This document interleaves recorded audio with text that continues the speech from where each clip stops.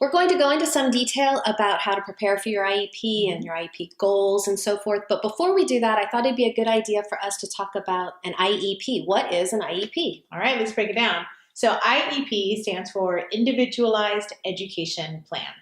And it can refer to actually one of three things. It can refer to the document, the Individualized Education Plan for your child with special needs. And that document, that plan kind of lays out what we're going to do, where they're at, what the goals are for the next year at school. Or it can refer to the annual meeting that the IEP team holds and takes part in to kind of revise and create the document for the upcoming year. Or IEP can refer to the initial meeting to determine whether or not a child is eligible to have an IEP.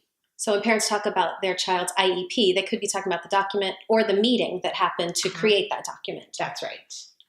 And the rights that our kids have when they have special needs are provided through the Individuals with Disabilities Education Act. So that's the federal law that provides for our kids with special needs. The acronym is IDEA. You might hear that. IDEA.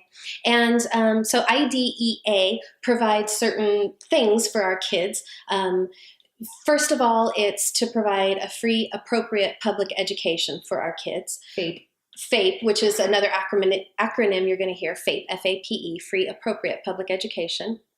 IDEA also requires that the school district provide a comprehensive evaluation for our kids to determine where they are currently, what their strengths are, in what areas they have needs.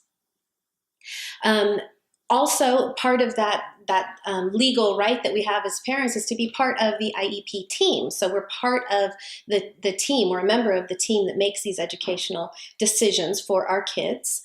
And we also have certain rights in terms of protections that are available to us. So if the IEP document that we've created with the school district isn't being implemented by the school district, or there's something about it that we feel is not right or not fair, we have certain rights in terms of mediation or taking things to a hearing if we're not able to resolve those issues at a local level.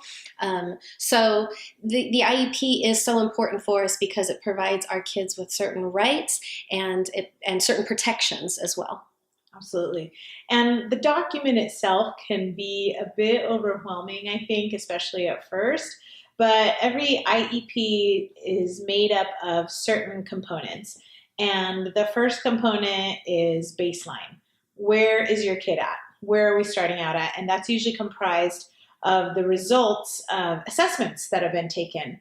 And so at the baseline, we'll see kind of where are we starting from at this point. And that is also referred to as PLOP, P-L-O-P, present levels of performance. So it's basically, okay, how is he performing in this area? And then after that, you're going to look after baseline, you're going to look at goals, right? And based on where he's at, okay, well, where do we want him to be? Let's create some goals.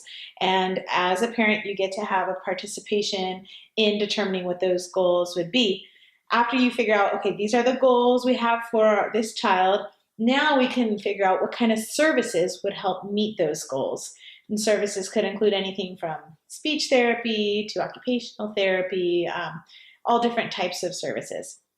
Once you determine the services, then that will drive the placement in terms of what school would be the best fit, or what classroom, or what speech therapist would best gel with this student. So it's kind of a process starting with the assessment, the results, which create the baseline, present levels of performance, goals, services, and placement. So the IEP document and our rights and our responsibilities, it's a lot to understand and a lot to take in. There are certain timelines that need to happen. There are certain requirements for requesting an assessment from your school district. And there's a lot of those details that we're not able to go into in this sort of format and this the time that we have. But I wanted to encourage everybody to find a really good resource. And there are books available. One that I particularly like is this one here. and it's called The Complete IEP Guide, How to Advocate for Your Special Ed Child, and this is from Nolo Press. And I find that most of my answers can be found in this book, and I don't need to refer to any of my other resources.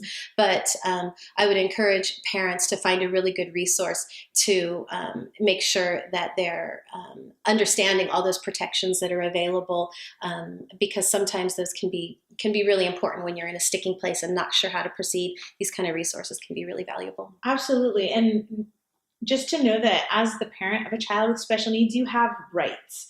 And if you don't know what your rights are, what your child's rights are, you might as well not have them, right?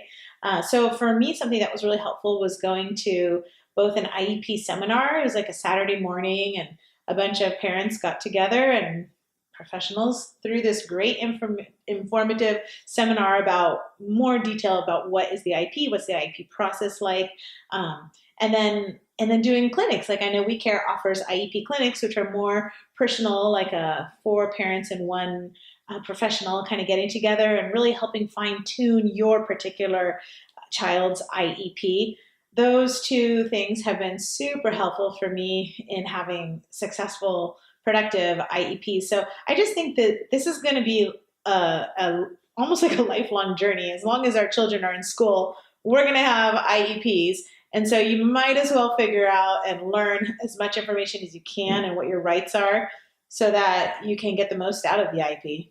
And that there are a lot of good resources that I have found that just going to one IEP clinic isn't enough. I'll want to go to one that's offered by this particular group. I'll want to go to one that's offered by the school district. I'll want to repeat one that I maybe did 2 years ago because now I'm looking for different information.